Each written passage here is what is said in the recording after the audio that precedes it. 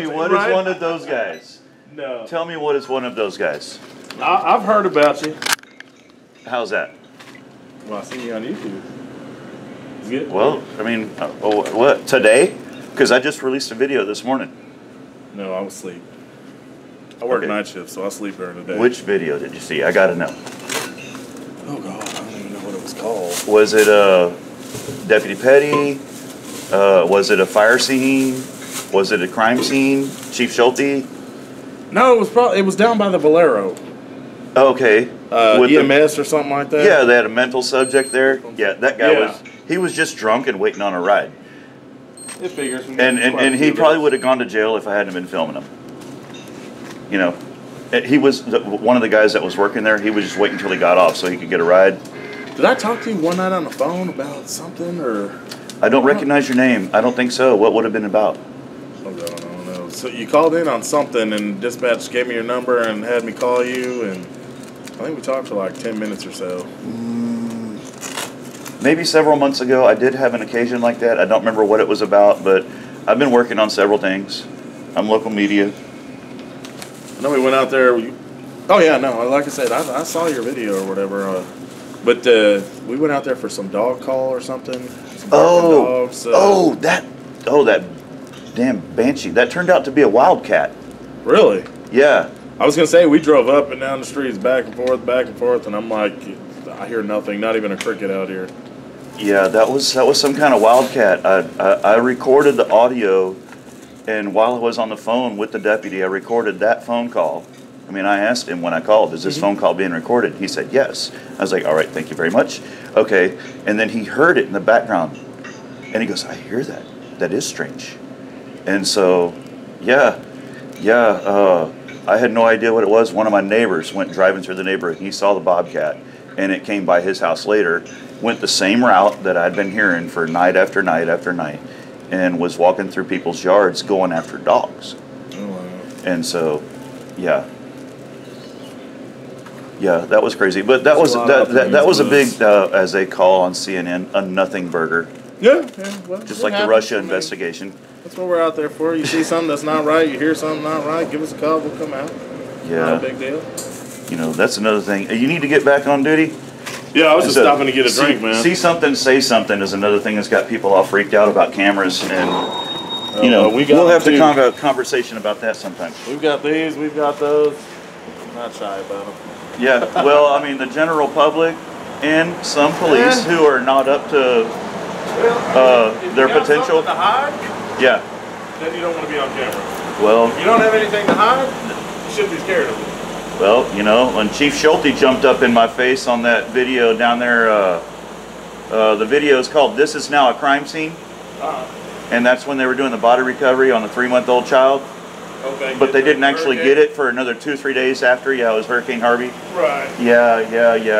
He actually pulled a big violation, and I didn't make a complaint. I did let the sheriff know about it, and next thing I know, about a month later, he's only working at the sheriff's office in a PIO capacity, and he may not be there at all now. No, he's not. He's a reserve deputy with us. Well, he was, but I heard he wasn't even a reserve deputy anymore. I couldn't even tell you that because honestly, I took the whole month of November off to do some hunting. Yeah. But then my wife, who also works there, her schedule got changed. So I ended up going to hunt for like 3 hours and spent the rest of the time with my kids. So cool. I just came back to work myself, so I couldn't tell you. Well, hey, welcome back. Welcome back. Do you do any patrolling at all, or just Always. run your traffic patrol? Anything. Anything? We're anything. Oh yeah, okay. We do anything. Well, you know, I see you guys set up at certain locations around the county, and I've identified most of them because I get around. And most of the time I do covert. You know, until a month ago, then nobody knew what I drove. So, and I've been doing this for a year. So, it's out now. Everybody knows who I am. I call down to the sheriff's department and I say concerned citizens, and they know my name, everything. So, is you and your brother that do it, or? My brother caught the first charge on my channel, and he's going to court on January 4th. January 4th, and that's a First Amendment issue. I don't know if the judge will allow it, but if he doesn't, it will be going to an appeals court. That charge should have been dropped because he was well within his rights, standing like 12 feet off the side of the road at an accident scene, not bothering anybody. And Trooper Lathan, I believe, was in charge of that scene. And she decided, after she was done with her entire investigation, the car's on the wrecker, everybody's leaving, the road's open, and she comes over, or right before the road opens, she comes over and charges him with interference. Yeah.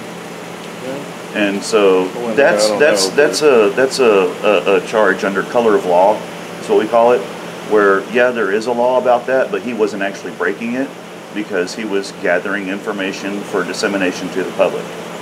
And granted, he didn't have that great a camera. That's the very first video on my channel is what he caught.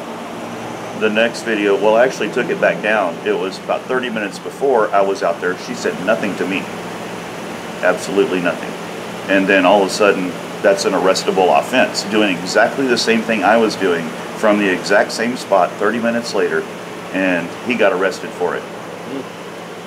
And caught 3 charges. Now they dropped 2. So he's either going for he's charged. interfering. He's not convicted with it. He's just charged. He's charged, but it's going to actual trial. This was a year ago, so December 30th last year, and so he's going to trial on January 4th. I've talked to the sheriff. He's even interested in seeing how this case goes. Yeah. You know, so with all the attacks on the First Amendment lately. You know, it really does. Yeah, we know it really does have a weight, and if he gets a conviction and has to go to appeal court, this is something that could go to the Supreme Court. Fortunately, it was before February 16th of this year, where officers lose their qualified immunity when they're knowingly violating your rights. When you say this is a violation of the First Amendment, and they go, I don't care, you're interfering. Well, even if there's no judgment in a criminal court, the cop can be sued personally in a civil court. Yeah, we and that's Turner versus Driver. That's one of my buddies. What's happening? I was just coming to Philip, check on you. Philip Turner. Oh, really? I see the car over there. Yeah. The guy Yeah, who. it was bad. We had a bad night. Is that bad? Our Dr. Pepper exploded. Yeah. It was all in the way. Like, I had to figure out how to turn it off and everything. So it's just spewing. Yeah, it just everywhere. It was like, what do we do? What do we do? What do we do? And then we had to call Coke, and then we're like, how do we turn this off? And they're like, you got to do this and this, and I'm like, I already got it. I already got it. It's done.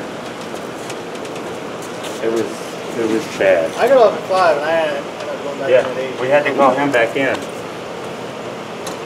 All right, man. Well, we'll go hit the roads, do some patrolling. All right, man. Hey, you stay safe out there, brother. Nice meeting you. You bet.